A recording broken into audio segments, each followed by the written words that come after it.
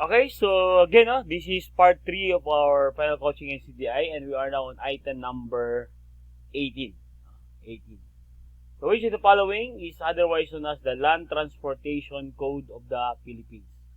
Is it 9287, 7877, RA 4136, or RA 5487? Of course, ang tamang sagot ay 4136. No? That is the Land Transportation Code of the Philippines. Hindi lang, ito pa rin yung ginagamit natin. But, saan ba nakabase yung 4136 natin? It is based on the Geneva Convention on Road Traffic. Okay, kaya nga yung traffic light natin, yung traffic light, it must be green, yellow, at saka red. No? Pwede bang balitan natin ng ibang color? Hindi, because we are a signatory to this. Okay, to this convention. Kasi nga, traffic rules will be universal, no? Applicable to all, no? Uniform sa lahat ng country. And itong convention na to ay aims to promote the development and the safety of international road traffic by establishing certain uniform rules. Okay? Kaya nga yung rules natin dito sa Pilipinas at sa ibang bansa more or less the same yun. The same yan. Okay, 19. What is the process of giving training and travel and practice in actual application of traffic safety knowledge?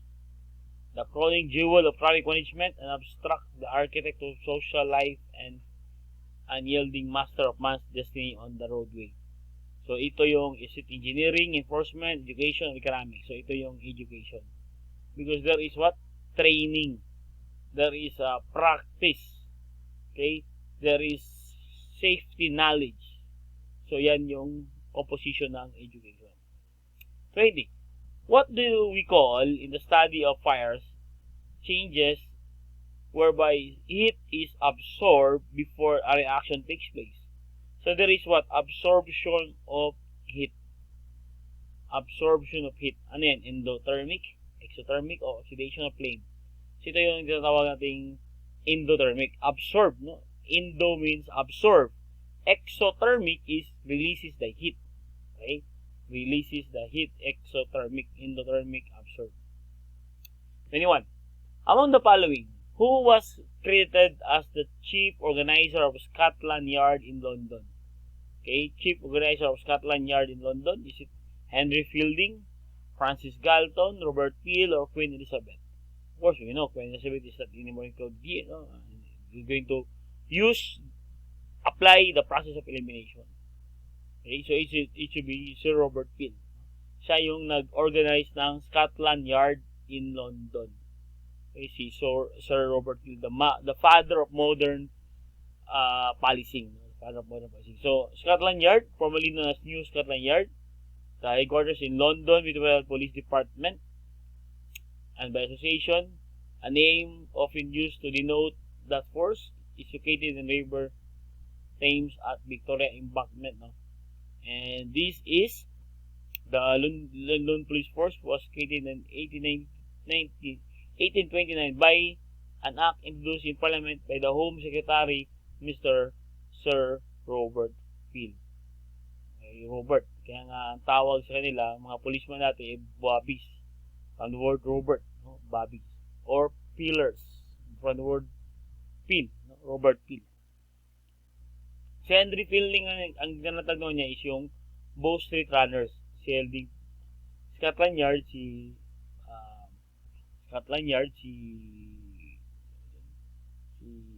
Sir Robert Peel, no? But si Henry Fielding, tinatag niya yung Bow Street Runners.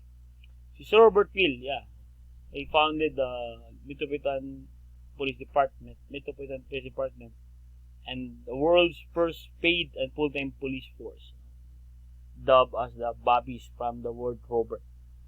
Of course, Francis Galton undertook the first definitive study on fingerprint. Fingerprint naman to si Galton. 22. These are primary pillars of traffic. Except enforcement, education, engineering, economics. Of course, that is economics. Hindi yan kung tatlong ilang yan eh. Enforcement, engineering, at saka education ng traffic. Okay, 23. This refers to condition of enforced compulsory service induced by means of any scheme, plan, or pattern intended to cause a person to believe that if a person did not enter into continue in such condition, that person or person would suffer serious harm. Tatakotin na ipapakulong, tatakotin na ma-harm yung family niya, papatayin yung family niya. Anong tawag dun? Ito yung tatawag ng involuntary servitude. What is involuntary servitude? Example, you are being forced to work against your will. Okay? At tinatakot ka na, sige, pag alis ka dito, ipapakulong kita. Sabi ko sa polis na nagnakaw ka. O ipapatay ko yung mga magulang mo. Okay? Pag ayaw mo na magtrabaho sa akin, that is involuntary servitude. And that is a form of human trafficking. 10364 as amending 9208 or human trafficking. Okay? So, mga kaso dito, human trafficking. Involuntary servitude.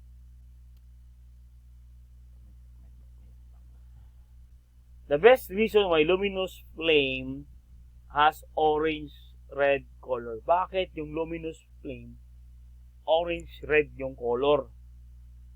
Ang sagot, ay, nabigay ko na sagot eh. Because of incomplete combustion of matter. Okay? Incomplete combustion of matter. We're going to look at the picture, yan. Orange zone, there is what we call incomplete combustion of matter. Kaya nga, itong kandila na to, sa ceiling, may makita kayong soot. Ano yung soot? Yun yung, I don't know, anong tagal yung soot. But yung soot, yung itim yung dingding. Bakit? There is unborn particles. Okay? Dito na side naman, almost colorless zone of complete combustion. So, colorless zone naman ay there is what we mean complete combustion. Blue zone naman ay partial combustion. Hindi talaga totally. Dark zone naman is unborn gas. May gas hindi na burn. So, yan yung meaning ng luminous flame. 25. What kind of collision happens between two traffic units approaching on separate roadways? Separate roadways and other paths that intersected. So, ito yung head-on collision. No? Head-on collision. Kasi separate roadways sila eh. Pero nagkabagaan pa rin. Head-on yun. Head-on. 26.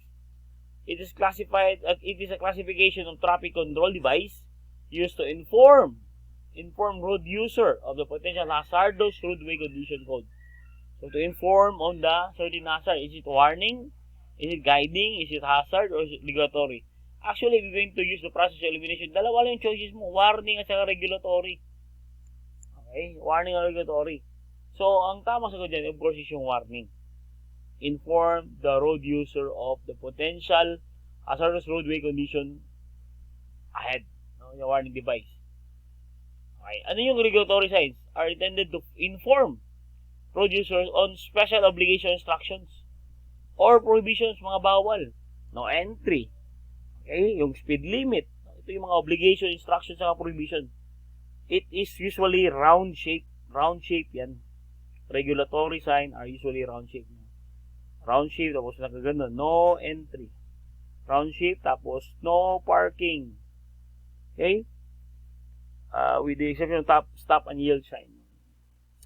Warning signs are intended to warn the road on danger road and to inform them of its nature, like slippery with wet, blind curve, or approaching a blind curve. No? And those are warning devices. Guiding or promotive signs naman are intended to guide the road users, while they are traveling or provide them with other useful information. So, ayun, may hospital, malapit yung hospital. Okay, may intersection, may malapit yung intersection. Or yung directional point, no? Ito ay papunta sa ganitong city or municipality, ilang kilometers na lang. Yan yung mga guide or promotive signs natin. 27. What theory assert that man exhibits constant variation of life, energy, and mood? Ito ay isang theory na ang tao daw ay mag-exhibit ng constant variation sa kanyang buhay, kanyang energy, sa kanyang mood state. Ito yung tatawag nating biorhythm. Okay? So, ito sometimes may muscle memory. Yung palagi mong ginagawa, may memory yung mind mo, saka yung muscles mo, parang ano na rin, no? Parang siya nang gagawa sa sarili niya. Like, for example, Steph Curry. Magaling na shooter si Steph Curry, no? Because of, bakit kaya palaging siya yung may pinaka-highest percentage sa 3-point shot? Kasi nga, may muscle memory yan. Biorhythm yan. Okay? Ito yung constant. Pag palagi mong ginagawa yan, yung body mo, mag-adjust na yan. Yan. And which of the following does not fall under Class A fire? Hindi Class A fire, excluding Class D po is the answer. Nipahat, Class A yan. Forest fire, Class A yan. Okay? Ano yung Class A fire? Class A fire are ordinary combustibles. Okay? Such as wood, paper, clothing, rubber, and some plastics. So, ito yung mga ordinary. No? The usual trash. Yan yung Class A fire. Class B fire naman is combustible liquids such as gasoline, kerosene, paint thinners, propane. O, para hindi kayo malito, Class B, kaya ang tawag yung B kay basa. No? Kasi basa, liquid. Basa, B, basa. Okay? Now, Class C fire and electrical equipment such as appliances, switches, panel boxes, and power tools. So, C is mga electrical equipment. Electricity. Kaya nga, para hindi nyo malimutan yung C, ano yung Class C fire? Mga electricity. Bakit? Kuryente. Okay? Odor is feeling yung kuryente. Current is kuryente. Okay? So, that's Class C fire. Class D fire naman, ito yung mga combustible metals naman yan. Metals. No? Like magnesium, titanium, potassium, and even sodium.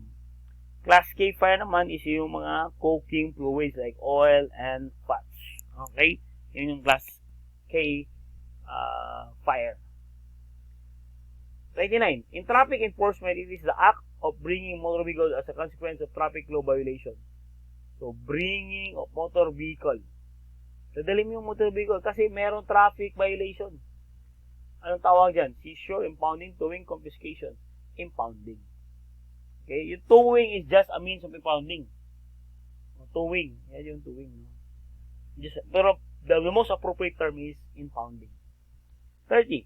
Who are authorized to use vehicle with blue plates? Sino ang pwedeng gumamit ng mga blue plate number? Diplomats, police general, foreign government officials, or cabinet secretaries? Ang tamang sagot ay yung mga diplomats. Okay, sila yung pwedeng gumamit ng blue plate number. Okay, ito. Green, ito yung private vehicle. Usually, green, ngayon, black na yata, no? Tapos, red is government vehicle, red. Yellow is public conveyances, yung for hire. Blue is for diplomatic use. And the new measure of yung new law natin on Republic Act 11235. Ito yung Motorcycle Crime Prevention Act. Okay? Approved by President Duterte on March 8. A copy of new law was released on public on Thursday, March 18. Well, yung private vehicle ngayon parang black na. At saka malaki na. No? Dapat malaki na. Halos kasing laki na ng short bond paper. 31. What vehicular route carries large volume of traffic and serves as main artery in the road network? Vehicular route siya and it carries large volume of traffic and serves as main artery in the road. Ito yung nating major highway. Okay? Major highway yan. 32. This refers to any person or vehicle using roadway for the purpose of safe travel. Okay? Anong tawag dyan? It refers to any person or vehicle using a roadway for safe travel. Ang tawag na dyan is yung traffic unit. Traffic unit could be a person or it could be a vehicle that is using a roadway, okay, for the purpose of safe travel. Okay, that will be all for this video. See you in my next video.